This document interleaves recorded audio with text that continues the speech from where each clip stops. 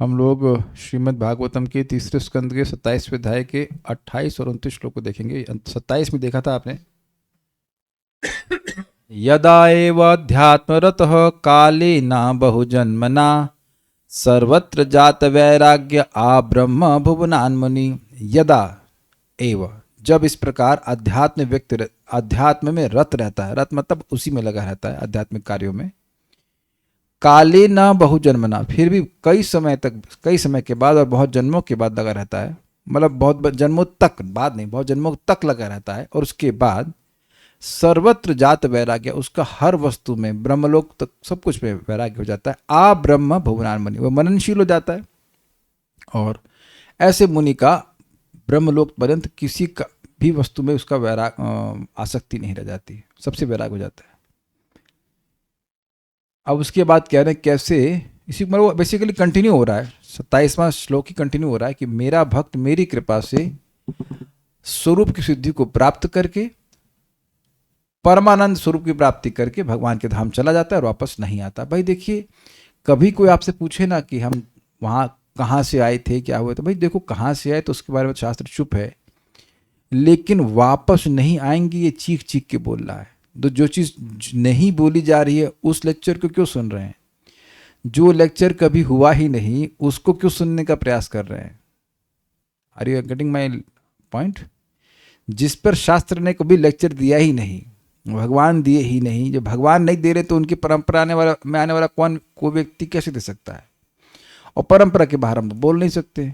तो कहाँ से आया, क्या गिरा नहीं गिरा, उस बारे में कोई बात नहीं हो रही। लेकिन एक बात है कि यहाँ से वापस चले जाने के बाद, या भगवान के पास चले जाने के बाद दोबारा इस जगत में नहीं आएगा। ये बात यहाँ पे भी बोल रहे हैं, कपिल देव भी बोल रहे हैं, भगवान कृष्ण भी बोलेंगे, बोल चुके हैं ऑलरेडी, क्योंकि पढ़ चुके हैं गीता में, तो इसलिए बोल चुके हो।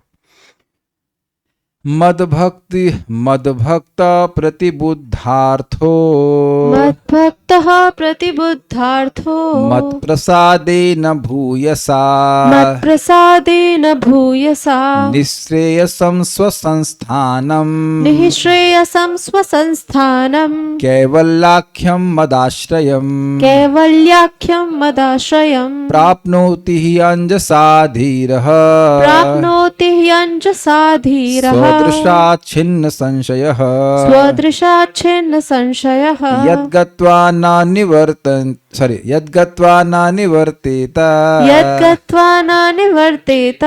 योगिलिंगाद् विनिर्गमे, योगिलिंगात् विनिर्गमे, मद्भक्त प्रतिबुद्धार्थो मत्प्रसादेन भूयसा, मद्भक्तः प्रतिबुद्धार्थो मत्प्रसादेन भूयसा, निःश्रेयसं स्वसंस्थानं कैवल्याख्यं मदाश्रयम्, निःश्रेयसं स्वसंस्थानं कैवल्याख्यं मदाश्रयम्, प्राप्नोति हि अंजसा धीरः स्वदृशाच्छिन्न संशयः, प्राप्नोति ह्यञ्जसा धीरः स्वदृशाच्छिन्न संशयः,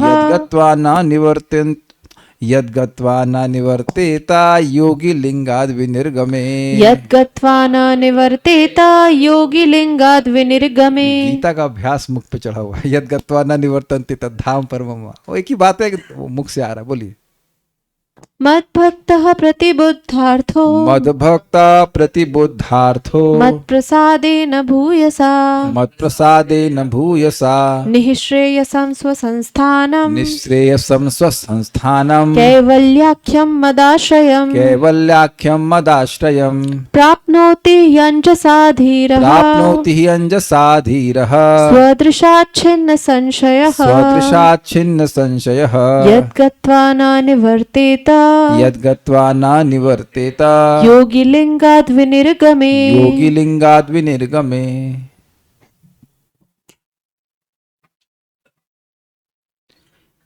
मेरा भक्त मेरी असीम अहेतु की कृपा से वस्तुतः स्वरूप सिद्ध हो जाता है और इस तरह समस्त संशयों से मुक्त होकर वह अपने गंतव्य धाम की ओर अग्रसर होता है, जो मेरे शुद्ध आनंद की आध्यात्मिक शक्ति के अधीन है। जीव की यही चरम सिद्धि यानी गंतव्य स्वसंस्थान है। इस शरीर को त्यागने के बाद योगी भक्त उस दिव्य धाम को जाता है जहाँ से वह फिर कभी नहीं लौटता है। एक बहुत इंपॉर्टेंट पॉइंट है वो जो सीखने वाला है, वो ये है, हमको अपने स्वरूप की प्राप्ति कैसे होगी? भगवान की कृपा से होगी।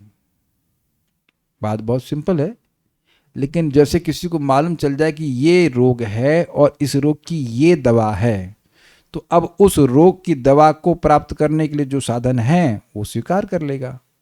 सिंपल सी बात है। हम अपनी शक्ति से अपने स्वरूप को नहीं प्राप्त कर सकते। क्यों? माइक भी बताइए वेदवाणी, जो भी मन में आता, कोई ऐसा नहीं कि मैं जो सोच रहा हूं वही आपके मन में आए। हम अपनी शक्ति से अपने स्वरूप को क्यों नहीं प्राप्त कर सकते हैं? क्योंकि प्रभु जी हमारी बुद्धि लिमिटेड है, सब कुछ हमारे पास लिमिटेड है, और हम अपनी शक्ति से तो कर ही नहीं सकते, हम डिपेंडेंट है भगवान पे। समर्थ ही नहीं है, एक उत्तर आया सामर्थ्य भाई, क्योंकि आपकी शक्ति से स्वरूप आपका ढका भी तो नहीं है। आप समझ रहे हैं मेरी बात? हम और आप अपनी शक्ति से अपने स्वरूप को, ऐसा नहीं मान लीजिए जैसे मेरी बहुत सिंपल है, प्रॉप है, मैं अपनी इच्छा से इसको ओढ़ लूं तो अपनी इच्छा से हटा लूंगा। लेकिन जब किडनैप किया जाता है बड़ा अच्छा होता है, किडनैप किया जाता है तो ऐसे कुछ डाल लेते हैं ना सर पे, तो वो अपनी शक्ति से डाल रहे ना कि आपकी शक्ति से। You are not doing it है ना। जैसे वो हाथ में कड़ी बांधते हैं पुलिस वाले मुजरिम के लिए, तो वो आपकी रस्सी नहीं है ना कि आप थोड़ा बांध दीजिए, ऐसा नहीं है। It has been done by superior power. दैवी एश गुणमयी त्वम माया नहीं है, मम माया दुरत्य। भगवान बोले मेरी माया है ना, तेरी माया नहीं है भाई, तू माया में है, तेरी माया नहीं है। कुछ समझे? तो भगवान की कृपा प्राप्त करने से ही व्यक्ति स्वरूप सिद्ध होगा। ये बात याद रखिएगा कि आगे और भी बातें कपिल देव संबंध में बोलेंगे कि कैसे कृपा मिलती है, कैसे नहीं मिलती है। But this we should be very very clear कि भगवान की कृपा होगी तो हमारे को स्वरूप सिद्धि होगी, एक। और ये दूसरी एक और पॉइंट, इस कृपा का स्वरूप क्या है, विशेषण क्या है? ये असीम है और अहेतु की है। कोई भौतिक हेतु नहीं हो सकता इस कृपा का, और ये असीम है, अर्थात अगर हमको अपना स्वरूप सिद्ध हो गया तो हमें असीम कृपा मिली है, और अगर नहीं हुआ तो अब लिमिटेड ही है। और लिमिटेड, निशा माता जी को हम देखें, लेकिन उनकी मैथ्स चेक करते हैं। वैसे तो हमारे हरीश बहुत दिन के बाद आए तो है ना। चलिए आप माइक लीजिए, आप ही बात कर लीजिए। ये बताइए कि लिमिटेड नंबर अनलिमिटेड से कितना छोटा होता है? ये तो बड़ा मुश्किल प्रश्न है। बोलिए बोलिए। लिमिटेड का सीमा तो बताइए। लिमिटेड की सीमा पता नहीं है? अनलिमिटेड तो असीमित है। Very good. यानी कि यही मैं सुनना चाह रहा था, लिमिटेड की तुलना अनलिमिटेड से कैसे कर देंगे आप? कुछ समझ रहे हैं? यानी कि अगर हमारी स्वरूप की सिद्धि नहीं मिली तो जो मिला वो 2 कौड़ी का भी नहीं है। भगवान की कृपा वो कृपा है ही नहीं।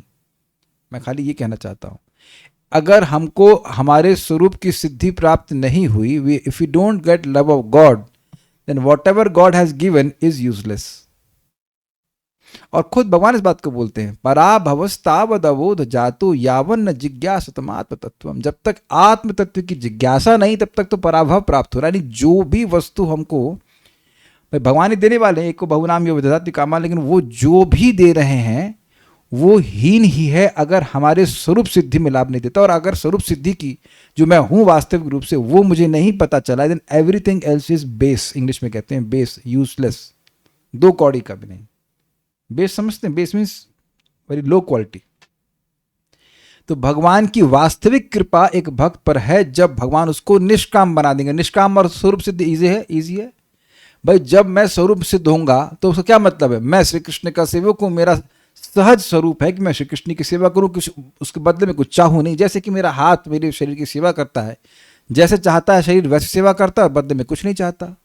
ऐसा नहीं कि बदले में कुछ मिलता नहीं है, लेकिन बदले में कुछ चाहता नहीं है। शायद बात समझ में आ रही होगी। तो ये क्लियर समझना होगा कि भगवान की कृपा से ही मैं स्वरूप सिद्ध होऊंगा, आप और मैं, कोई भी। और भगवान की कृपा के बिना हमें स्वरूप सिद्धि नहीं मिल सकती। स्वरूप सिद्धि समझते हैं? मैं हूं कौन, what is my actual relationship with the Lord. भगवान से मेरा क्या संबंध, ये क्लियर हो गया। ये बहुत अच्छा बात है यहाँ पर, क्योंकि क्लियर तो हो कि हमारे को करना क्या है, हमें किस चीज़ की प्राप्ति करनी है। तो व्यक्ति इस भक्ति में आया है, बहुत अच्छी बात है। भक्ति में आने के बाद उसका गोल क्लियर होना चाहिए कि मुझे चाहिए क्या। किसी भक्त की सेवा कर रहे हैं तो कृपा मिलती है, जी हाँ मिलती है। किसी भी तरह से हम भगवान की कृपा को प्राप्त करें, ये लक्ष्य होना चाहिए। अब यहां पर एक बात और क्लियर समझ लीजिए कि कृपा, भगवान की कृपा, भक्ति की कृपा और भक्त की कृपा, ये अलग वस्तु नहीं है। ये समझ लीजिएगा, ये तीनों एक ही वस्तु है। भगवान कृपा करें, भक्ति देवी कृपा करें या भक्त कृपा करें, सब बराबर है। बराबर मतलब एक ही वस्तु है, अलग वस्तु नहीं दे रहे। भक्त लोग भगवान से ही कृपा लेकर के दे रहे हैं, अलग से कोई कृपा नहीं दे रहे हैं। It's not separate manufacturing procedure. वो डीलर्स हैं, रिटेलर्स हैं, लेकिन वो कुछ मैन्युफैक्चर नहीं कर रहे हैं। पहले क्लियर समझ लीजिएगा। और ये समझ लें कि कृपा कहाँ से उदित होती है। किसी को पता है कृपा कहाँ से उदित होती है? मैंने पूछा कि उदित कहाँ से होती, कृपा कहाँ प्रकट होती है? किसी को नहीं पता? आंख से, हाथ से, नाक से, बालों से। एक बात कर रहे हैं, हृदय में क्वेश्चन मार्क। जब क्वेश्चन मार्क है, जब खेत में ही क्वेश्चन मार्क, कौन से खेत में खेती होती है तो फिर बीज कहां डालेंगे आप? आप आज तक किसी व्यक्ति ने प्रसन्न किया आपको तो कहां प्रसन्न हुए? आंख में प्रसन्न हुए कि नाक? You actually become happy in your heart. आप किसी को बोलो जप करिए, तो जप करने लगा, तो यू सी, आप उसी समय देखिए ना आपके हृदय में खुशी होती है कि नहीं होती? कोई काटे इस बात को? आप पुस्तक किसी को वितरण कर रहे हैं, पुस्तक 10 रुपए दिए, उसने हाथ में 10 रुपए दिए, लेकिन उसका इफेक्ट सीधे हृदय में आता, आहा इसने किताब प्रभुपाद जी की दी है। स्वीकार है। आप देखो कि आप भी सब भक्त हो, किसी नए व्यक्ति को आप भक्ति करने के लिए बोलते हैं तो भक्ति करने लगता तो अच्छा लगता है कि नहीं? आपके एक रिश्तेदार भक्ति नहीं कर रहे हैं आयुष प्रभु, तो हृदय में कैसा लग रहा है? हृदय में तो खराब लगता है। क्यों? नौकरी करो, सब कुछ करो, लेकिन भक्ति कुछ करना चाहिए ना। You feel good, you feel bad. ये गुड और बैड कहाँ होता है? हृदय में ही होता है ना।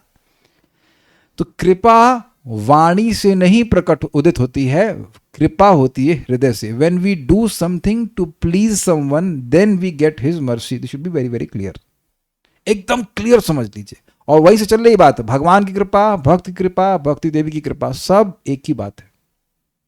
तो फिर प्रश्न आएगा कि कैसे कृपा मिलेगी? चलिए ये तो समझ में आया कि कृपा उदित कैसे होगी, खेती कैसे करेंगे इसकी, हम कैसे उदित करवाएंगे? तो भक्ति योग अनुग्रहित अंजसा, अनुग्रहित चेतसा करके श्लोक शिव जी बोले हैं। देखिए, भगवान की कृपा या भक्ति देवी की कृपा या भक्तों की कृपा हमारे निर्णय के कारण उदित होती है। आप सबने निर्णय अभी किया कि आप श्रीमद् भागवतम सुनेंगे। क्या इसमें भी आप लोग को शंका है कि इससे भगवान प्रसन्न होते हैं? कुछ क्वेश्चन मार्क तो नहीं? शायद प्रसन्न हो रहे होने वाले। This is very very simple. नहीं,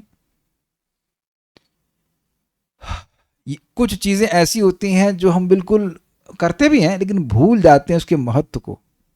किसी ने निर्णय किया कि कल वो व्यक्ति, हम अफर्मेशन नहीं देना चाहते, कल वो व्यक्ति सुबह अब नहीं उठेगा, कल से जप बंद। उसने मान लीजिए निर्णय कर लिया कि मैंने बहुत भक्ति कर ली, अब कल से नहीं उठूंगा, तब विल यू बी प्लीज्ड? कभी आपने नोटिस किया है कि हम ढीले हो जाते हैं भक्ति में, और कोई भक्त बोलता है भक्ति करो भक्ति करो, अब जिस दिन आ जाते हैं उसी दिन से वो व्यक्ति प्रसन्न हो जाता है और तुरंत ब्लेसिंग शुरू हो जाती है। हाँ, अब ये जीवन भर भक्ति करेगा। वो अलग बात है कि हम ब्लेसिंग स्वीकार नहीं करते, फिर डाउन हो जाते हैं, फिर आ जाते हैं, फिर प्रसन्न हो जाते हैं। भाई देखो तो सही, जो देखो, हमको बहुत दुख लगता है जब बात इतनी क्लियर हो, सब तब भी ना समझ पाए कोई व्यक्ति। क्या आप जो मैंने बोला है ये आपने कभी अनुभव नहीं किया? पहले ये बताओ, किस व्यक्ति ने अनुभव नहीं किया है? उसी ने नहीं किया होगा जो रोज भक्ति करता है उससे गुरु जी हमेशा प्रसन्न रहते हैं। लेकिन थोड़ा जो साइन वेव में चल रहे हैं, साइन वेव समझते हैं, ऊपर नीचे चल रहा है, तो वह अनुभव करेंगे कि अरे गुरु जी देखिए, अरे वाह वाह वाह। कोई गुरु मतलब कोई भी श्रेष्ठ व्यक्ति, अरे गुरु छोड़ दिए, आपके साथ वाले हो ना, वो भी नहीं होता ऐसा। तो ये एकदम क्लियर समझ लीजिए कि आपके निर्णय पर, हम इस पर बहुत कुछ बोल सकते हैं, निर्णय पर चले जाएंगे तो फिर भगवद गीता 9.30 याद आएगा। अपि चेतो सुदुराचारो भजते माम अनन्य भाग साधु रेव मंतव्य सम्यक व्यवस्थित हो सब व्यवसायित, उसका व्यवसाय अर्थात उसका निर्णय, उसका संकल्प बहुत अच्छा है कि मैं भक्ति कर रहा हूं, भक्ति प्राप्त करने के लिए श्री कृष्ण की ही भक्ति करूंगा, अपराध हो चाहे कोई, उससे कोई मतलब नहीं। मैं आपको यहाँ क्लियर बता रहा हूं क्योंकि देखिए एकदम बात यहाँ पे क्लियर है कि भगवान की कृपा से ही हम स्वरूप सिद्ध होंगे। मैं इसीलिए बार बार बोल रहा हूं, ये बात छोड़ने वाली नहीं होगी कि कैसे हमको कृपा मिलेगी। कृपा मिलेगी हमारे निर्णय से, और हमारे निर्णय करने की शक्ति की ही ट्रेनिंग हो रही है शास्त्र के द्वारा। ये स्वीकार है। क्या खाना चाहिए? प्रसाद खाना चाहिए। अब आपकी बुद्धि निर्णय कर रही है कि शास्त्र में लिखा है, तो फिर आप प्रसाद खाते हो तो भगवान कृपा करते हैं। वो कृपा है एक्चुअली। क्या बोलना चाहिए? भगवान का नाम बोलना चाहिए, भगवान की कथा सुननी चाहिए। तो ये निर्णय किया आपने, भगवान प्रसन्न हो रहे हैं। I hope it is very clear. भगवान की कृपा प्राप्त करना मुश्किल नहीं है। आप सारा, हम श्लोक को पूरा कर पाए ना कर पाए, इतनी बात आप समझ लीजिए, जब हम किसी को प्रसन्न करते हैं तब उनकी कृपा मिलती है। ऐसा सिरिंज लेके कृपा नहीं मिलती है। महाराज जी कितना सुंदर एग्जाम्पल देते हैं। कई बार लोग मिलते हैं, महाराज जी कृपा कीजिए कृपा कीजिए। हाँ, कृपा ले जा तू, जैसे कि वो खून निकालने के लिए सिरिंज ले जाते हैं। लेकिन कृपा केवल वाणी से नहीं, सॉरी, आशीर्वाद केवल वाणी से नहीं होता है, हृदय से होता है। बल्कि एक और तरह से महाराज समझा रहे थे, एक क्लास में कह रहे थे कि आशीर्वाद रोम से प्रकट होता है, ना कि वाणी से। समझ, मतलब जरूरी नहीं कि आप वपु सेवा कर रहे हैं। सबसे मुश्किल तो वाणी सेवा होती है, क्योंकि वो हमेशा करनी पड़ती है। वो करेगा व्यक्तित्व को निश्चित रूप से उसे कृपा प्राप्त हो रही भगवान की भक्ति। भगवान बिल्कुल स्पष्ट कह रहे हैं, जब वह देखते हैं कि कोई व्यक्ति अपने गुरु की बात को बड़ी गंभीरता से पालन करने का प्रयास कर रहा है, तो मैं बहुत प्रसन्न हो जाता हूँ। आप जानते हैं कि प्रामाणिक गुरु और चैत्य गुरु दो है ना, हृदय में परमात्मा के रूप में, और उन्हीं के प्रतिनिधि हमारे गुरु महाराज हैं। तो वो जो बात बोल रहे हैं उसको पालन करने का प्रयास करते हैं, तो अंदर से ही कृपा आपको प्राप्त होती चली जाएगी। अपने जीवन में आप देखिएगा कि आज्ञा पालन कर रहे हैं तो अकस्मात आप देखेंगे कि, अकस्मात नहीं, ऑटोमेटिकली हृदय में ज्ञान उत्पन्न होने लग जाता है। ये बहुत इंपॉर्टेंट बात है। तो मैं खाली इसी बात पे बोल रहा हूं कि कृपा से ही हम लोग स्वरूप सिद्ध होंगे, और कृपा प्राप्त करने का तरीका भी बता दिया। प्रसन्न करना, प्रसाद मीन्स मतलब टू प्लीज समवन, उनकी प्रसन्नता से उत्पन्न होता है। और वह प्रसन्नता कैसे होती है, कृपा कैसे मिलती है?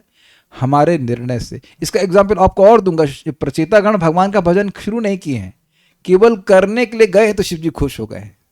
और शिव जी का भी तो वक्तव्य है, कोई रा कहता है तो मैं खुश हो जाता हूं, कहीं माँ तो नहीं कहेगा। निर्णय क्या है? और ये it's like it can change your whole life, at least a day. हर दिन आप देखिए, कुछ ना कुछ कार्य के बाद आप कार्य करने से पहले निर्णय लेते हैं, और उस कार्य को करने के बाद जो दूसरा कार्य करते हैं उस समय भी कोई निर्णय आता है। बहुत सुंदर भक्त बोलते हैं, a life between birth and death is full of choices, ABCD। स्वीकार है? तो जो चुनाव कर रहे हैं वो निर्णय पे निर्भर करता है कि नहीं? वही तो निर्णय हुआ ना, ये करना, ये नहीं करना, ये करना, ये नहीं करना, ये करना, ये नहीं करना। उस पे, उसके द्वारा भगवान प्रसन्न हो जाते हैं। वो लगातार देख रहे हैं। He won't interfere, but he will be pleased if you do proper decisions. हमको ये बात अच्छी लगी थी। ऐसा मत सोचिए कि बहुत बड़ी तपस्या करनी है। केवल निर्णय पर, आपने निर्णय किया कि आप निष्काम कर्म योग करेंगे। नहीं, निष्काम कर्म योग नहीं, ज्ञान योग नहीं, अष्टांग योग नहीं। हमने निर्णय किया है कि भक्ति योग करेंगे, कि भगवान 6ठे अध्याय में बोल चुके हैं अंत में कि योगी नाम अपि सर्वेशाम मद गतेनांतरात्मना श्रद्धमान भजते युमाम समय युक्त तमो मतः, भगवान ने बोल दिया है। तो इस सारी बातों को बैलेंस कर पा रहे हैं। भगवान गुरु हैं, ओरिजिनल गुरु वही हैं, वो आज्ञा दे रहे हैं, और अपनी स्वेच्छा के द्वारा उनकी इच्छा को के अनुसार हमें निर्णय करना है, तब हमें उनकी कृपा मिल जाएगी। Very very easy. और इस बात को भगवान ने गीता में क्या कहा है? आत्मवश्येर विधेय आत्मा प्रसादम अधिगच्छति। क्या से श्लोक है? लास्ट लाइन तो उसकी यही है, आत्मवश्येर विधेय आत्मा। विधेय आत्मा, विधि का पालन करने वाला मन वाला होकर, विधेय आत्मा। श्लोक याद नहीं आ रहा, किसी को याद आ रहा है श्लोक? बड़ा सुंदर श्लोक है, प्रसादम। अरे ये प्रसाद सर्व दुखराम, उसके अगला वाला है भाई, इसके पहले प्रसाद मिलने पर, कृपा मिलने पर सारे दुख की निवृत्ति हो जाएगी। लेकिन प्रसाद मिले कैसे?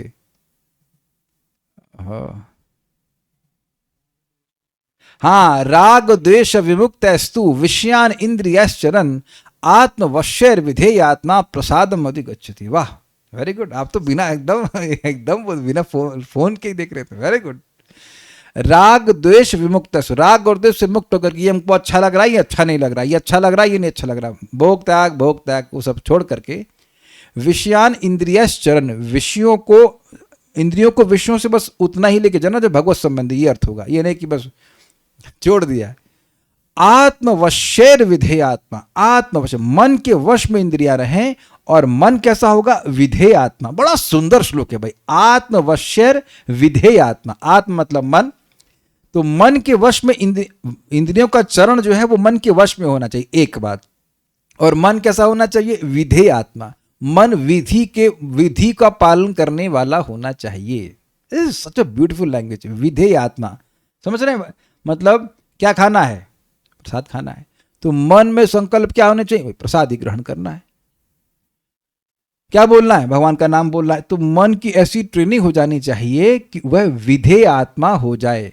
सब लोग इसको अप्रिशिएट कर पा रहे हैं, विधि का पालन करने वाला मन। और आप देख रहे हैं कि साधना करते करते ऐसा मन हो जाता है, जो भी गोलगप्पा या कुछ भी है वह अब नहीं खाने लग जाएंगे। व्यक्ति देखेगा कि मैं खाऊंगा तो क्या से मेरी साधना सही रहेगी नहीं रहेगी। I think this is all devotee does like that. केवल खाने की बात करो, खाना, देखना, छूना, वो सभी चीज़ों में धीरे धीरे करके भक्त विधेय आत्मा वाला हो जाता है। उसकी ट्रेनिंग इसी के लिए हो रही है। फिर भगवान स्वयं कह रहे हैं प्रसादम अधिगच्छति, एकदम उसके हाथ में भगवान की कृपा आ जाती है। तो प्रसाद से क्या हो जाएगा, तो वो श्लोक बोला गया है कि प्रसादे सर्व दुखा नाम हानि रस्य उपजायते प्रसन्न चेतो सही आशु बुद्धि पर्यवतिष्ठते। प्रसाद मतलब केवल खाने वाला प्रसाद नहीं, भगवान की कृपा से सारे दुखों का नाश हो जाएगा, जैसे यहाँ पे अब बोला जा रहा है। ठीक है, काफी कनेक्टेड है भगवत गीता भागवतम। पता नहीं नए लोगों को कितना समझ में आ रहा है, लेकिन आ रहा है। कुछ जो लोग श्लोक से परिचित हैं भगवत गीता से, वो they can relate it more, but let us go forward. मद भक्ता, मेरा योगी, लिखा है योगी, भक्त, मद भक्त। देखिए आप इसको ऐसे सुनिए, मेरा बेटा, मेरी बेटी, तो कितना ममता होता है जब हमसे बोलते हैं। जब आपके नंबर अच्छे आते तो आप पापा के बेटे हो जाते हैं और जब खराब हो जाते तो मम्मी के बेटे हो जाते हैं। देखा तुम्हारा बेटा क्या करके लाया, जो अच्छा, अरे मेरा बेटा कितना चला है ये सुना ना, मेरा बेटा। तो मद भक्त, भगवान अपना ममत्व सूचित कर रहे हैं, मेरा भक्त। प्रतिबुद्ध अर्थ, बड़ा भाई बहुत अद्भुत श्लोक है भाई ये। आपने ये प्रतिबुद्ध शब्द सुना है अभी कुछ दिन पहले?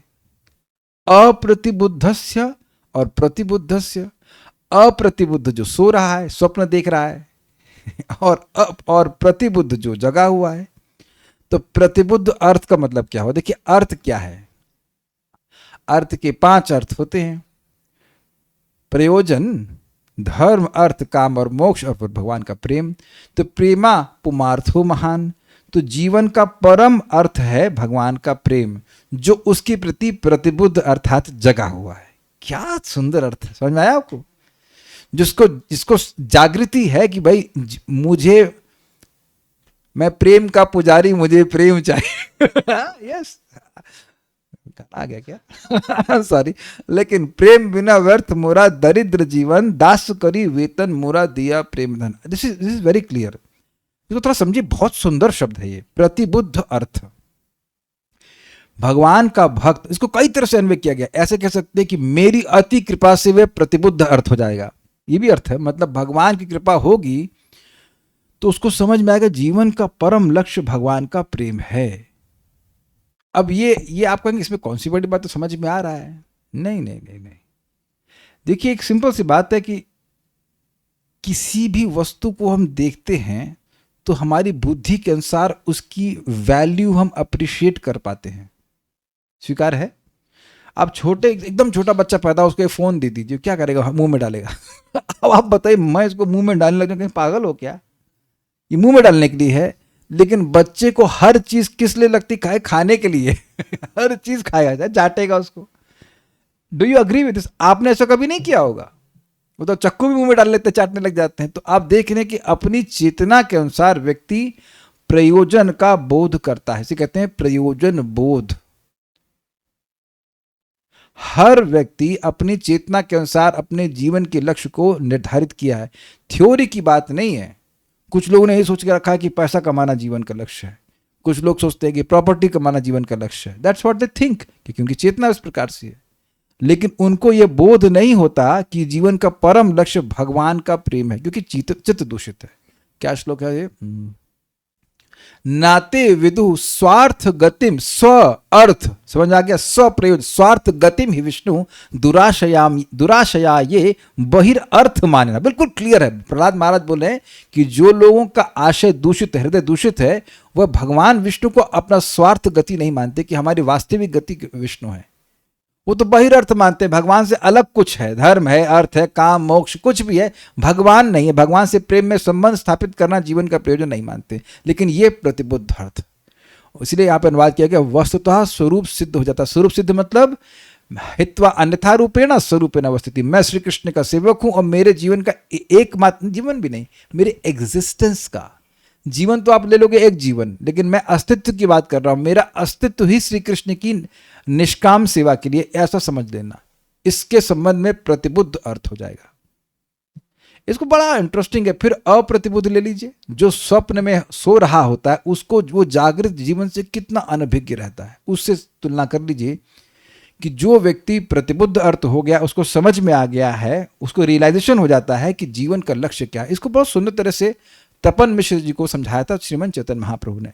निमाय पंडित के रूप में गृहस्थ जीवन में महाप्रभु गए थे बांग्लादेश, और वहां पर रहते थे तपन मिश्र, और बहुत शास्त्र पढ़ते थे, लेकिन जीवन का लक्ष्य क्या है और उसकी प्राप्ति का साधन क्या है वह उनको समझ में नहीं आता था।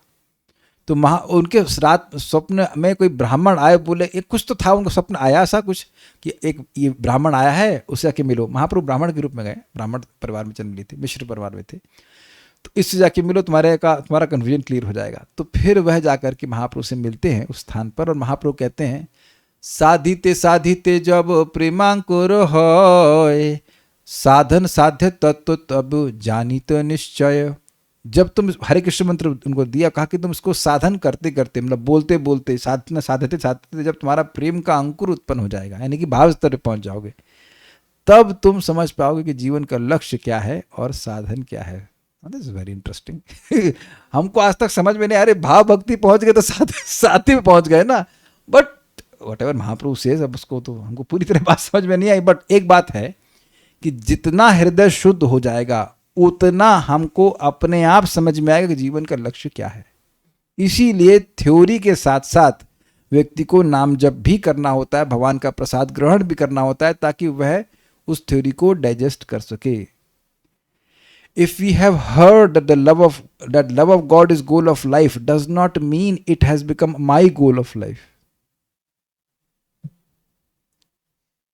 हमने अगर सुन भी लिया कि जीवन का उद्देश्य भगवत प्रेम है, तो जरूरी नहीं कि वो मेरे जीवन का उद्देश्य हो। इसीलिए महाप्रभु ने कहा कि साधिते से साधिते जब भी प्रेम अंकुर होए, जब नाम उच्चारण करके व्यक्ति का हृदय शुद्ध होगा, तब वो समझेगा नहीं नहीं नहीं नहीं, जीवन का उद्देश्य भगवान की प्राप्ति है, भगवान के प्रेम की प्राप्ति है। एक्चुअली इसको एक उदाहरण से समझिए कि देखिए, जब आपको, अब मान लीजिए फुटबॉल खेल रहे हैं, तो ये क्लियर रहता है कि अब गोल कहाँ करना है। तो बहुत सारे लोग मिल के सबका उद्देश्य ये रहता है कि गोल सामने वाली पार्टी में करना है, अपने में नहीं करना है।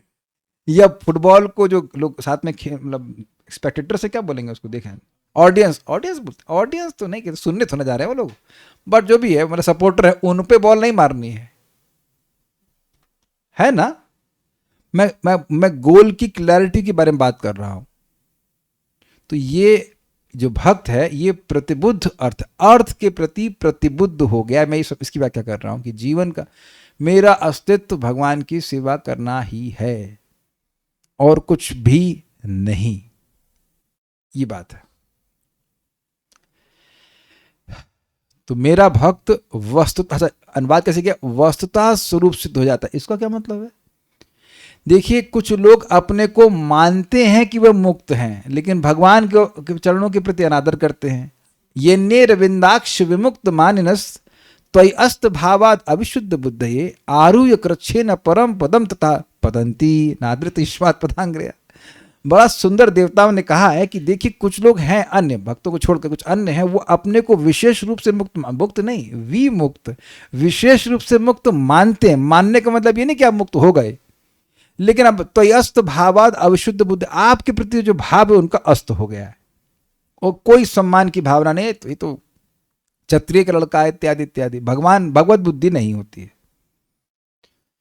तो अब आप समझ गए कि वस्तुतः वह स्वरूप सिद्ध नहीं हुए, वह अपने को मान रहे हैं कि खूब हम तपस्या कर रहे हैं, मुक्त हो गए, संसार के बंधन से मुक्त हो गए, लेकिन मुक्त नहीं हुए। देखिए उसको समझ लीजिए, मुक्ति हित्वा, कोई नहीं बोल रहा है जूम पे, किसी को याद नहीं है, अन्यथा रूपेण स्वरूपेण अवस्थिति। तो आप समझ रहे हैं श्लोक क्यों कोट कर रहा हूं। मुक्ति मतलब हित्वा अन्यथा स्वरूपेण, अन्य स्वरूप को त्याग देना, एक स्टेज 1, और स्वरूपेण अवस्थिति, स्वरूप में स्थित हो जाना। तो ठीक है, हम ये समझ गए कि हम देह नहीं है, बहुत तपस्या की, हम समझ गए देह नहीं, भोग में नहीं जाने, वेरी गुड। हो क्या, तुम क्या नहीं हो ये क्लियर हो गया, लेकिन हो क्या। जैसे मैं उपाध्याय नहीं हूं, मैं करुणामृत प्रभु नहीं हूं, मैं श्री कृष्ण उपाध्याय दास नहीं हूं, मैं साइंटिस्ट प्रभु भी नहीं हूं, मैं ये नहीं, मैं वो नहीं, तो आप हैं क्या। आप अपना परिचय इस तरह से देते हैं, आपका नाम क्या है, मेरा नाम ये नहीं है, मेरा नाम नरेंद्र मोदी नहीं है, मेरा नाम ये, दैट्स ऑल राइट, वो नहीं, लेकिन वो है क्या वो नहीं पता, तब इनकम्प्लीट हुआ ना, और बहुत ज़्यादा इनकम्प्लीट हुआ कि नहीं। अच्छा, एक इंटरेस्टिंग बात है, मैं कहूँ कि आपका नाम क्या है, काले कृष्ण प्रभु, तब कहेंगे मेरा नाम काले कृष्ण है, तो इतना बोल दे कि मेरा नाम काले कृष्ण है, तो अपने आप रिजेक्ट हो गया ना कि आप क्या नहीं है। क्लियर हुआ, आपको ये मालूम चल गया कि आप क्या हो, तो अपने आप ही रिजेक्ट हो गया ना कि क्या नहीं है। कुछ मुश्किल हो रही है, तो भगवान की भक्ति में सीधे ये बता दिया जाता है कि आप क्या हो, तो अपने आप ही मालूम चल जाता है कि हम क्या नहीं हैं। ये नेति रेती करने की जरूरत नहीं, लेकिन जो लोग उस चक्कर में रहते हैं कि हम ये नहीं है, हम वो नहीं है, हम ये नहीं है, वो नहीं है, अरे तुम बेवकूफ तो जरूर हो। बाकी कुछ हो कि नहीं, बोल रहे ना अविशुद्ध बुद्ध, ये विशुद्ध और उसके मतलब बिल्कुल घटिया बुद्धि, इसलिए भगवान को भगवान नहीं मान रहे। ये बात आप समझ लीजिए, भगवान भी गाली दी है, गाली याद करते हैं। 4 प्रकार के लोग मेरे पास नहीं आते, क्या श्लोक है, आर्त अर्थार्थी, कुछ भी बोल देंगी, हाँ भैया अच्छा है, कुछ तो पता है कि तब है चतुर्विधा भजन थे माम, अरे बोल रहा हूं जो भजन नहीं करते, कुछ भी बोलिए आप, सब तो चलेगा। नमाम दुष्कृतनो मूढ़ा प्रपद्यन्ते नरहात्मा माया अपहृत ज्ञान आसुरम भाव आश्रित। 4 प्रकार की भगवान गाली दी है, आप पढ़ लेना जाकर गीता में। तो ऐसे लोगों, ये लोग वस्तुतः स्वरूप सिद्ध नहीं होते, भक्त वस्तुतः स्वरूप सिद्ध होते हैं, एक्चुअली स्वरूप सिद्ध असलियत में। तो असलियत में स्वरूप सिद्ध होने का मतलब है कि भगवान से अपने संबंध को अच्छे से जानना और उसके अनुसार कार्य करना। फाइन, ये बात यहाँ पे इतना बात समझ लीजिए। ये हमको बहुत अच्छा शब्द लगा था, इसलिए मैं थोड़ा व्याख्या कर रहा था। फिर कह रहे हैं मत भूयसा प्रसादेना, आहा, मत तो समझ आ रहा है मेरी, और भूयसा मतलब खूब। अब ये बताइए कि भगवान के लिए खूब का मतलब क्या होता है, वही होता है जो लिखा हुआ है। भगवान के लिए भगवान का थोड़ा भी बहुत ज्यादा होता है, असीमित का थोड़ा अंश कितना होता है, वो भी असीमित होता है। आप जानते हैं असीमित डिवाइडेड बाय 2 कितना होगा। 10 किलो टमाटर में से 5 आधा ले लीजिए तो कितना बचा, उसका 5 किलो बचा, लेकिन असीमित टमाटर में से आधा ले लीजिए तो कितना, वो भी असीमित और बाकी बचा भी असीमित। Got it. इसीलिए भूयसा मतलब खूब जमकर, अनंत प्रसादेना मतलब कृपा से। प्रसाद मतलब भगवान, देखिए प्रसाद मतलब होता है प्रसन्नता, तो भगवान, और प्रसाद का मतलब होता है कृपा। तो लिंक समझ गए, भगवान प्रसन्न हुए, उसकी साधना भक्ति से, भक्ति कर रहा है, तो अब उस पर उस व्यक्ति भगवान की कृपा हुई।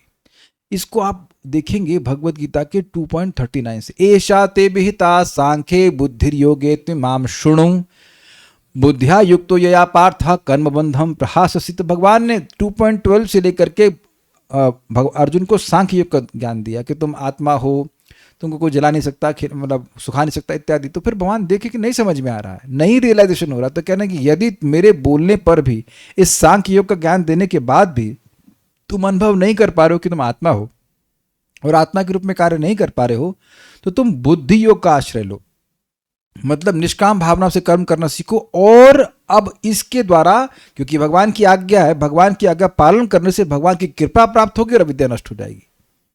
भगवान की कृपा से ही अविद्या नष्ट होगी। भगवान को अप्रसन्न करने के कारण ही हम लोग फंसे पड़े हैं इस जगत में। भगवान से विद्रोह की भावना है ना, कि भगवान से क्या मतलब है मेरा, मैं स्वतंत्र भोगता हूं, इसी वजह से मैंने पकड़ा हुआ है। तो प्रसाद देने का बिल्कुल स्पष्ट अर्थ है कि भगवान की कृपा होगी, भगवान प्रसन्न होंगे, अच्छे से प्रसन्न होंगे, तो निश्रेयसम होना चाहिए, श नहीं है, निश्रेयसम। इसका अर्थ अनुवाद किया गया निरतिशयानंद। देखिए इसका मतलब क्या है, देखिए श्रेय और प्रेय जानते हैं। प्रेम मतलब होता है इमीडिएट कुछ फायदा, जैसे बच्चे लोग खेलना चाहते हैं, पढ़ना नहीं चाहते हैं, तो जो भविष्य में कल्याण होता है उसको श्रेय कहते हैं। अब उसमें लगा दीजिए नी मतलब नितराम, हाईएस्ट श्रेय। जीवात्मा है आनंद स्वरूप, तो किसी भी श्रेय से अगर जीवात्मा को आनंद मिले तो उसको श्रेय कहा गएगा। देखिए इंटरेस्टिंग है कि भगवत गीता भी इसी प्रश्न से शुरू हुई है और भागवतम भी। यस श्रेय स्यात्, बोलिए बोलिए, यस श्रेय स्यात् निश्चितम ब्रूहि तन्मे शिष्यस्ते हम शादिमाम त्वां प्रपन्न। जिससे मेरा निश्चित श्रेय हो वह मुझसे कहिए। अर्जुन ये बोले ना, और सेम भागवत में बोला कि जीव जिससे खूब प्रसन्न हो जाए, कल्याण उसका हो जाए, वो बताइए आसानी से, और जरूर आसानी से हो जाए। अर्जुन के लिए युद्ध करना आसान ही कार्य था, ध्यान रखिएगा, बिकॉज दैट वाज हिज, क्या कहते हैं, proclivity, that was his nature. बहुत इंटरेस्टिंग बात है ये। तो श्रेय मतलब जीवात्मा को सुख मिलना चाहिए। अरे कोई कॉम्प्लिकेटेड बात नहीं है। दुनिया में अगर कोई भी कोई कार्य कर रहा है, चाहे भोग भी कर रहा है, इसीलिए ना कि सुखी हो जाएगा। हर जगह जो विज्ञापन होता है उसमें दांत सुंदर होना चाहिए, जो दिखाता है ना, कोलगेट लीजिए दांत आपके अच्छे हो जाएंगे। सारे आपने ट्राई कर लिए होंगे, जिसके दांत अच्छे हैं, जिसके नहीं है उसके वैसे ही है कि नहीं। दांत में अगर छेद है तो ना कोलगेट भर देगा उसमें। हर विज्ञापन में सुख का ही विज्ञापन है। एग्री, चाहे साबुन हो, और सब ट्राई कर लिया आपने, नहीं मिला ना सब नहीं, एटलीस्ट इतने पैसे तो नहीं, काफी ट्राई कर लिया होगा। आई मीन कम ऑन, एक फैन लगा देंगे तो you will be very happy. अब आप इस समझिए कि इस पूरे जगत को ड्राइविंग फोर्स क्या है, हैप्पीनेस। सब लोग है ना सुख की खोज में, है ना कि दुख की खोज में भी है, नहीं। तो श्रेय मतलब सुख, जीवात्मा के लिए श्रेय का मतलब ही सुख है, और निश्रेय मतलब हाईएस्ट सुख। अब मैं ऐसा क्यों बोल रहा हूं, जो मनुष्यों का सुख है उससे भी कई गुना अधिक, 100 गुना या 1000 गुना स्वर्ग का होता है, स्वर्ग से भी और अधिक और ऊपर के लोकों में होता है। तो उत्तरोत्तर श्रेय की प्राप्ति हो रही है, और ब्रह्म के सुख को हाईएस्ट नॉर्मल सेंस में कहा जाता है मोक्ष का सुख। लेकिन मोक्ष के सुख को भी अगर ब्रह्मा जी के आधी उम्र जितनी होती उतने टाइम्स मल्टीप्लाई किया जाए, तब भी भक्ति के सुख की एक बूंद के बराबर भी नहीं। यह हो गया निश्रेय। समझ रहे हैं, भगवान का प्रेम जो है, भगवान की भाव भक्ति भी मोक्ष लघुताकृत होती है। जानते हैं मोक्ष के सुख को भी छोटी कर देने वाली होती है। ये हमने अनुभव किया कि एक हमारे पास कहाँ वो पैड है यहाँ पे, तो मुझे अपना फोन थोड़ा भारी लगता था, तो अभी कुछ दिन से मैं ना इस पैड को यूज कर रहा हूँ अपने, मतलब उसके लिए, योगा वगैरह के लिए, डिस्टर्बेंस नहीं हो। तो जब से इसको पकड़ने लगा, बड़ा है तो अपना फोन छोटा लगता है। हल्का है तो यार, तो वेरी हल्का ये है। तो इस जगत में हम थोड़े थोड़े सुख को बड़ा मान रहे हैं, क्योंकि बड़ा सुख नहीं मिला है, स्वीकार है आपको। अब मोक्ष को भी छोटा कर देती है भाव भक्ति, जो प्रेम का अंकुर है, प्रेम रूपी सूर्य की प्रथम किरण है भाव भक्ति, और मोक्ष के सुख को छोटा कर देती है। तो जो प्रेम रूपी सूर्य वो कितना सुखी करने वाला होगा। स्वरूप सिद्ध मतलब भगवत प्रेम ना, स्वरूप सिद्ध का मतलब ही भगवान के प्रेम है। एटलीस्ट आप स्टार्टिंग ऑनवर्ड्स भाव भक्ति यू गेट सम, कुछ अनुभूति होती है कि स्वरूप मेरा क्या है, और स्वरूप सिद्धि मिलती है प्रेम के स्तर पर। तो पता होगा भक्ति रस में तो पढ़ा हुआ है। ये गलत बात है भाई। कभी किसी लोग को शास्त्र को बोल देते हैं, सुबह वाला जो सुबह वाले आ रहे हैं तो सब पता होगा, प्रथम लहरी, तृतीय लहरी, फोर्थ लहरी, सब बताया गया कि नहीं बताया गया। स्वरूप सिद्धि मतलब भगवान का प्रेम प्राप्त हो जाना, तो उससे निश्रेय होगा, और ये निश्रेय निरतिशयानंद होगा। कैसे समझ में आया सभी को? श्रेय मतलब आनंद, परमानंद, और नी लगा दीजिए मतलब नितराम, तो बहुत, मतलब उससे अधिक आनंद है ही नहीं। तो अब इसको शब्द को देखिए, आनंद दिख गया इसमें आपको, अतिशय दिख गया, अतिशय दिख रहा है आपको, अतिशय प्लस आनंद हो जाएगा अतिशय आनंद, और उसमें निरति निरअतिशय आनंद मतलब हाईएस्ट आनंद, हाईएस्ट लेवल आनंद की, उसको जिसको कैवल्य भी कहते हैं, कैवल्याख्यम, कैवल्य नामक मद आश्रय, मेरे आश्रित, मेरे आश्रित मतलब जिसका बेसिस मैं हूं। भाई इसका मतलब क्या है? अपना स्वरूप सिद्ध हुआ, समझ में आया कि मैं श्री कृष्ण का सेवक हूं, श्री कृष्ण को गायब कीजिए। अब समझ में आ गया किसके सेवक हो? बाप का नाम बताओ। तो हमारा जो इस जगत में आइडेंटिटी है वो बाप के नाम पर आश्रित है। तो अब हमारे जो मूल स्वरूप है वो क्या है? कृष्ण पाद बताइए आप, कृष्ण जीव का स्वरूप क्या है? श्लोक पता है आपको? हाँ बताइए बताइए। यस यस वेरी गुड, कुछ तो याद है। बोलिए बोलिए बोलिए पाद। जीवेरे स्वरूप हो कृष्ण, नहीं कृष्ण नहीं बोलो, आगे बोलो, फिर से बोलो। जीवेरे स्वरूप हो नित्यदास। किसका नित्यदास? किसका नित्यदास? अब क्लियर हो गया कि हमारा जो स्वरूप है वह भगवान पर आश्रित है। वेरी इजी, क्लियर हो गया। जैसे कि वो सूर्य की किरणें हैं, तो सूर्य को हटा दीजिए तो किरण कहां से आएगी? वेरी सिंपल ना। तो कह रहे मद आश्रित, मुझ पर आश्रित है, यानी कि जो हमारा अतिशय आनंद है, जो हाईएस्ट आनंद है, वो भगवान पर आश्रित है। उसको सिंपल समझाता हूं। जब भगवान के प्रति प्रेम जागृत हो जाता है तो भगवान की कैसे भी सेवा करो आप, श्रवण कीर्तन स्मरण वंदन पूजन जो कुछ भी करिए, असीमित सुख मिलेगा। लेकिन इसमें विषय तो भगवान हुए ना, विषय आलंबन जो प्रेम के हैं वो कृष्ण है, और आश्रय आलंबन भक्त है। तो जिससे प्रेम किया जा रहा है वो वही नहीं होगा तो प्रेम करेंगे कैसे? Very easy. इसीलिए कह रहे मद आश्रयम स्वसंस्थानम, इसका अनुवाद किया गया है देहादि व्यतिरिक्तम स्वरूप। व्यतिरिक्तम नहीं है, संस्कृत हटा दीजिएगा, देहादि व्यतिरिक्त स्वरूप को। अब ये क्या है? संस्था, सम्यक स्थिति। समझते हैं? आप किस संस्था में काम करते हैं? सम मतलब सम्यक, स्थ मतलब स्थित होना। तो सम्यक स्थिति जीव की क्या है? स्वसम्यक स्थिति। मतलब अभी हम लोग की चेतना या तो मन में जाती है या देह में जाती है। कभी मानते हैं कि मैं मन हूं तो मैं मन में स्थित हो गया, कभी मानते हैं कि मैं देह हूं तो देह में स्थित हो गया। ये लैंग्वेज समझ में आ रही है आप लोगों को? ये मत कहिएगा समझ में नहीं आ रही, यही तो समझ में आ रहा है। यही तो समझ में आता है। आज आज आज क्या बनाना है खाने में? नहीं नहीं, मन ऐसा नहीं, मन नहीं कर रहा। मतलब पत्नी मान लो पूछे कि क्या बनाना खाना है, बनाना है, तो मन में जो आ रहा है, जो मन को अनुकूल लग रहा है, जिसके प्रति मन में अविरोध प्रीति उत्पन्न हो रही है, वही तो बनेगा, है कि नहीं? तो मन से पहचान करते हैं, और फिर देह से जो कुछ सुख मिलता है देह से पहचान करते हैं। तो आप देख रहे हैं, जब देह से पहचान कर रहे हैं तो देह में स्थित चेतना, और जब मन से पहचान कर रहे हैं तो मन से में स्थित चेतना। तो कह रहे हैं देह आदि, देह मन बुद्धि आदि से व्यतिरिक्त, इससे पृथक, इससे अलग अपने स्वरूप को, यह है जीव की स्व संस्था। यह है आपका खुद का ऑर्गेनाइजेशन। अगर संस्था का अर्थ आप ऑर्गेनाइजेशन से ले रहे हैं तो हमारा वास्तविक संस्था क्या है? कौन सी संस्था में काम करते हैं? हम अपनी संस्था में काम करते हैं। We are situated in our own self, so to speak.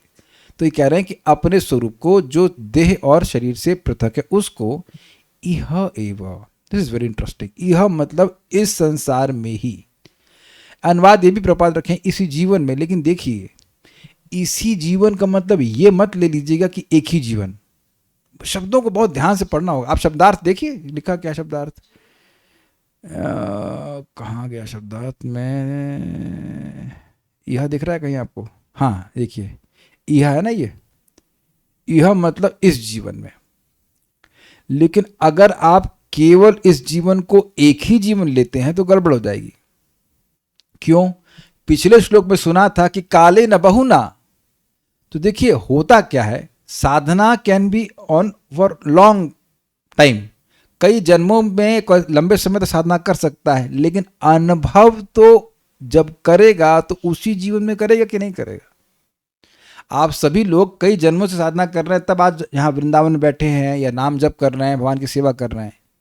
तो जो भी आपको अच्छा लग रहा है, सुख मिल रहा है, वो इसी जीवन में, इसी जगत में मिल रहा है कि नहीं मिल रहा है? ये तो स्वीकार्य है ना। लेकिन ये एक जन्म का नहीं होता है, ये स्वीकार कीजिएगा इस बात को, ये एक जन्म का नहीं होता है। तो जिस जीवन में आपको भगवान का प्रेम मिलेगा वो तो वहीं उसी जगत में मिलेगा कि नहीं मिलेगा?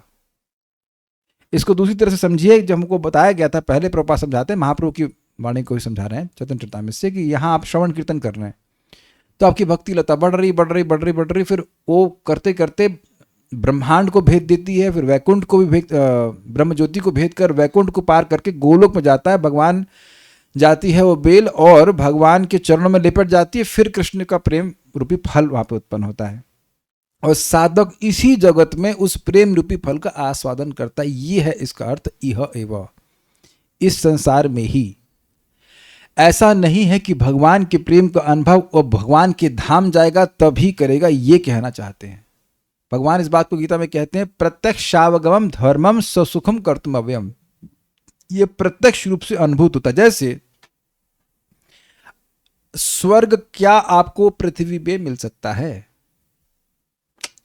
स्वर्गवासी होने के लिए मरना ही पड़ेगा, स्वीकार है। लेकिन जब भगवान का प्रेम व्यक्ति को प्राप्त हो गया तो इसी जगत में रहते हुए वह भगवान का प्रेम का अनुभव कर सकता है। प्रमाण महाप्रभु के पार्षद नहीं है क्या? ईश्वरपुरी पाद फॉर एग्जाम्पल, माधवेंद्रपुरी पाद, इसी जगत में दिखाए ना कि भगवान का प्रेम प्राप्त किया सकता है। तो इह एव का मतलब है कि इसी जगत में अनुभव होगा।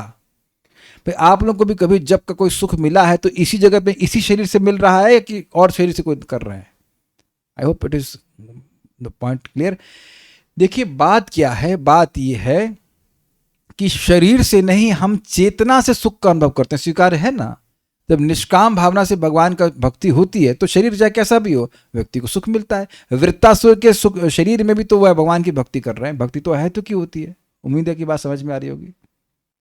तो यह वह मतलब इसी संसार में, इस जगत में रहते हुए भी अब आगे देखिए मतलब स्वरूप सिद्ध हो जाता है। एग्जाम्पल दिया गया था कि नारियल जो है वो जब सूख जाता है तो खोल को छोड़ देता है, उस खोल में रहते हुए ही इह एव।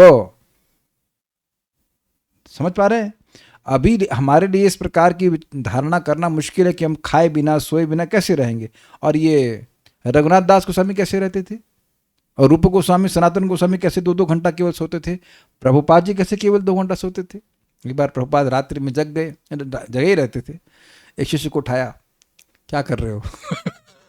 रात में क्या करेंगे भाई? प्रभुपाद कह रहे, प्रभुपाद मैं सो रहा हूँ। प्रभुपाद कहते हैं मैं जग रहा हूँ, अनुवाद कर रहा हूँ, तुम क्यों सो रहे हो? तो कहे प्रभुपाद क्योंकि मैं बद्ध जीव हूँ। तो प्रभुपाद कहे तो तुम बद्ध जीव क्यों हो? अब वो चुप। फिर प्रभुपाद बोले ठीक है जाओ सो जाओ।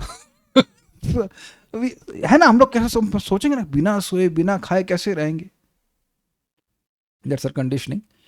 तो यार इसी जगत में वह देह से बिल्कुल अलग हो जाता है, यानी कि देह के अंदर रहते हुए भी अपनी सत्ता को, अपनी स्वरूप को देह से पृथक देखने में समर्थ हो जाता है। पिछले शब्दों से लिंक कर लीजिएगा, कहाँ था? स्वसंस्थानम इहैव, अपने संस्था को देह से व्यतिरिक्त अपने स्वरूप को इसी जगत में रहते हुए अनुभव कर लेता। ठीक है, और बाहर से कोई सर्टिफिकेट की जरूरत नहीं होती है। या तो मैं सेल्फ रियलाइज्ड हूं और या तो मैं नहीं हूं। इसलिए अगर मैं आपसे कहूं वरुण प्रभु कि मैं सेल्फ रियलाइज्ड हूं, that's is bogus, it's bogus, because you can't verify this. Do you agree with this? जैसे मैं कहूं मुझे भूख लग रही है,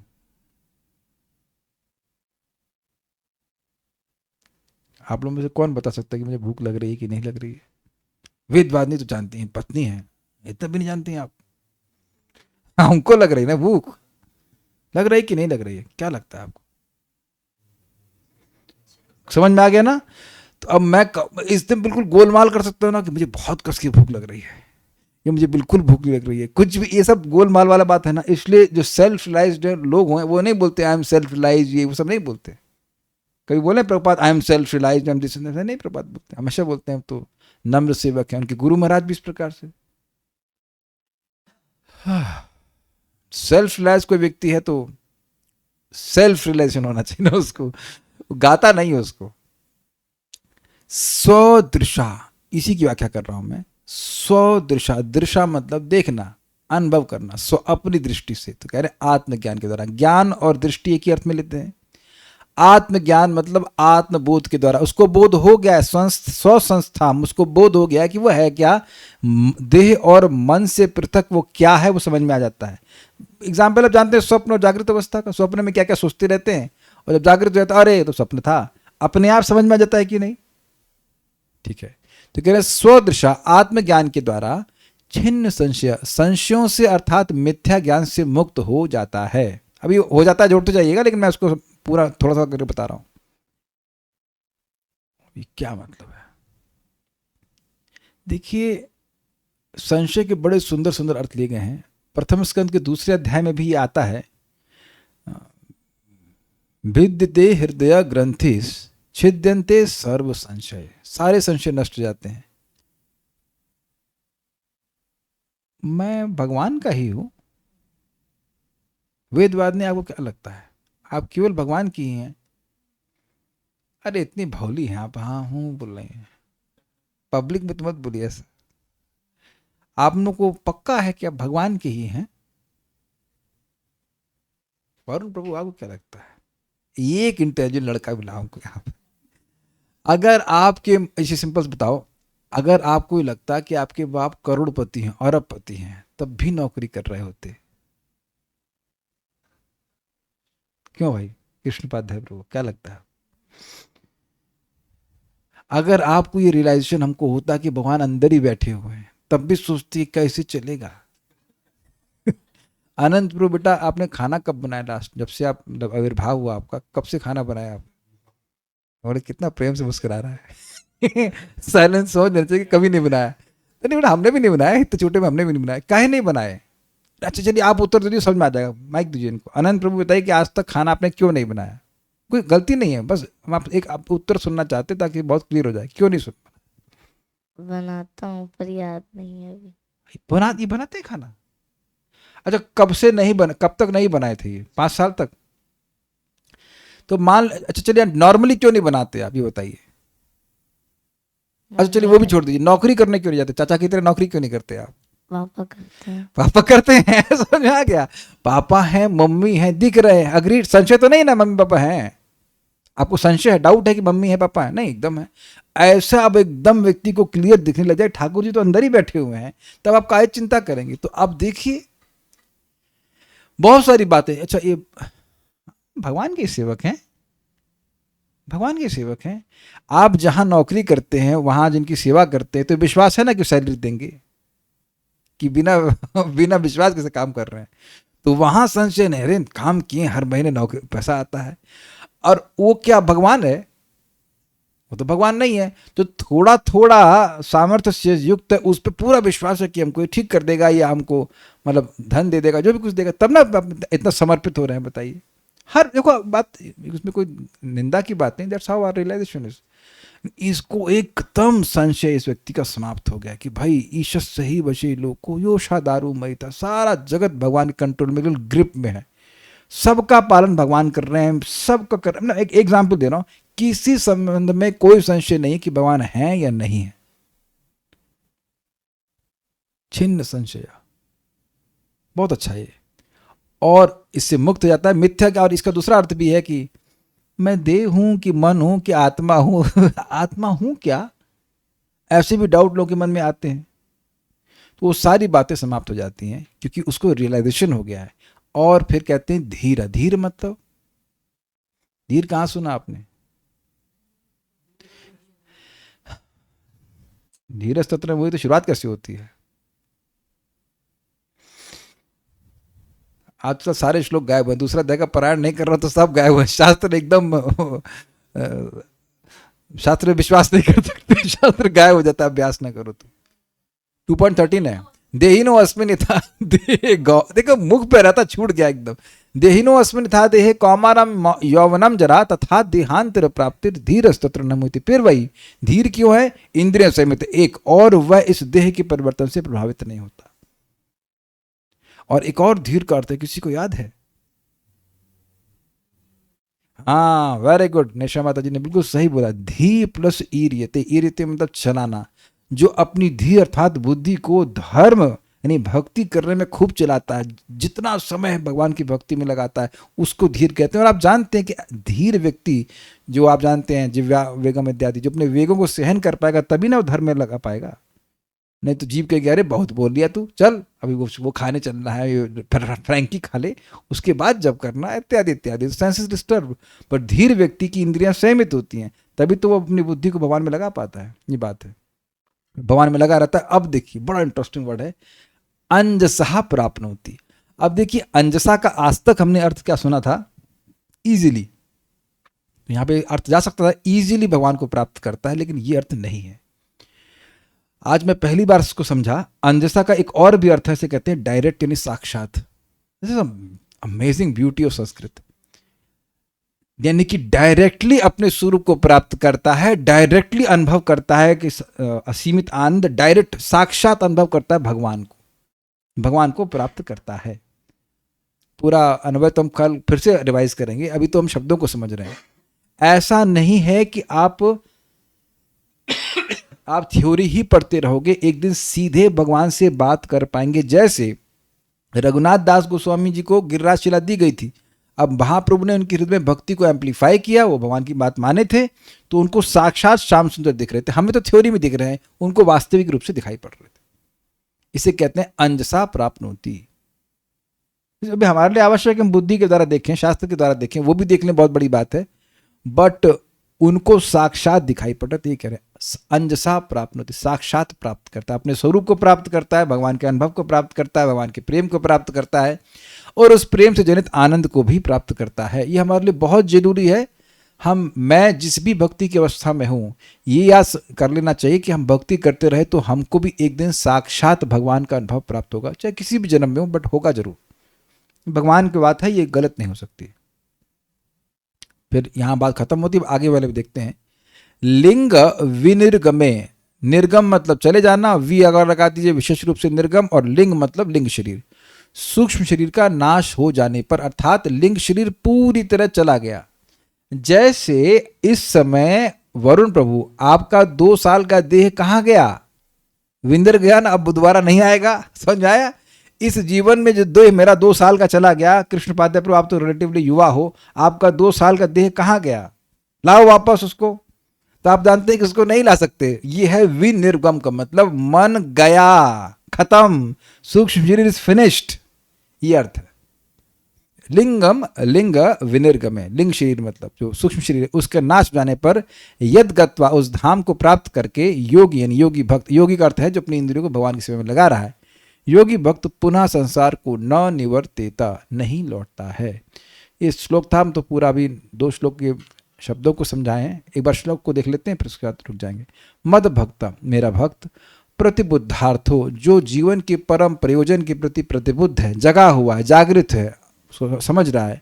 मत प्रसादे न भूयसम, मेरी अत्यंत कृपा से, निश्रेयसम स्वसंस्थानम, देह से व्यतिरिक्त, देह आदि से व्यतिरिक्त अपने परमानंद स्वरूप को, जिसको कैवल्य कहते हैं। देखिए कैवल्य शब्द आ रहा है केवल से, मीन्स सेंस ऑफ एक्सक्लूसिविटी, कि जीवात्मा का स्वरूप क्या है भाई, वो श्री कृष्ण का सेवक और कुछ नहीं है। उस अर्थ में केवल नामक मद आश्रम जो मेरे आश्रय में है, उसको प्राप्त होती है। प्राप्त कैसे प्राप्त करता है? इहा अंजसा, इसी जगत में ही प्राप्त कर लेता है, डायरेक्टली प्राप्त करता है। अंजसा मतलब साक्षात प्राप्त करता है, और धीर होकर अपनी इंद्रियों को संयमित करके और अपनी बुद्धि को भगवान में लगा करके खूब अच्छे से सेवा करके, स्वदृशा छिन्न संशय, अपने आत्मज्ञान से उसके सारे संशय नष्ट हो जाते हैं। यद गत्वा न निवर्तिता, जिस धाम को चला जाता है वह योगी लिंगाद विनिर्गमे, लिंगात मतलब देखिए लिंगात शब्द जो है वो पंचमी विभक्ति है, in the sense of separation, यानी कि जैसे वृक्षात फलानी पतंती, वृक्ष से फल गिरते हैं, दूरी के अर्थ में। तो लिंगात मतलब सूक्ष्म शरीर उसने त्याग दिया। स्थूल तो त्याग ही रहे हैं, लेकिन सूक्ष्म को नहीं त्याग रहे हैं, तो सूक्ष्म ही त्याग दिया उसने। सूक्ष्म जो शरीर है, जो मन बुद्धि वाला शरीर, वो बहुत दूर चला गया, means it is not affecting him at all, वो खत्म हो गई बात। जो भौतिक वासना थी उससे समाप्त हो गई। ऐसा होने पर भगवान के पास चला जाता है। आई होप ये श्लोक कॉम्प्लिकेटेड नहीं लगा होगा, कुछ कुछ बात समझ में आ रही होगी, और एक बार पढ़ लीजिएगा उसको अगर आप चाहें तो। बाकी कोई प्रश्न किसी का है? हाँ, ये तीनों श्लोक सीक्वेंस में। प्राप्नोति शब्द यहाँ पे समाप्त करने के लिए ना, कि प्राप्त करता है, साक्षात प्राप्त करता है। इससे बात समझ में आती है कि जब तक हमको असीमित सुख नहीं मिल रहा है, साक्षात भगवान नहीं दिख रहे हैं, तो अभी हमको और प्रगति करनी है। There is no doubt about it कि अभी हमें प्रगति करनी है। और हम ये इमेजिन नहीं कर सकते कि हमारी बहुत प्रगति हो गई है। बहुत प्रगति तब होगी जब भगवान दिखने लग जाएंगे साक्षात। माइक पे बताइए लिंक क्या है, लिंक पढ़ लीजिएगा पहले। तीनों लिखा हुआ ना, यदा से शुरू कर रहे हैं और उसके बाद एंड में आ रहा है प्राप्नोति। वो लगातार अध्यात्म में रत रहता है। देखिए ना श्लोक उसमें लिखा हुआ है ना, जब इस प्रकार लगातार अध्यात्म में रहता है, बहुत काल बहुत जन बीत जाने पर सब जगह उसका वैराग्य हो जाता है, ब्रह्म लोक पर्यंत भी उसका कोई आसक्ति नहीं रह जाती, वो मुनि हो जाता है। फिर मेरा भक्त इस प्रकार से, समझ रहे हैं, जस्ट कंटिन्यूइंग विद दैट, मेरा भक्त है वो परम प्रयोजन के प्रति प्रतिबुद्ध रहता है। ऐसे करके बढ़ते जा रहे हैं, फिर वो अंत में कहते हैं कि भगवान का भगवत साक्षात्कार प्राप्त करता है। ठीक है, स्टॉप है। श्रीमद् भागवतम की जय, श्रील प्रभुपाद की जय, निताई गौर प्रेमानंदे।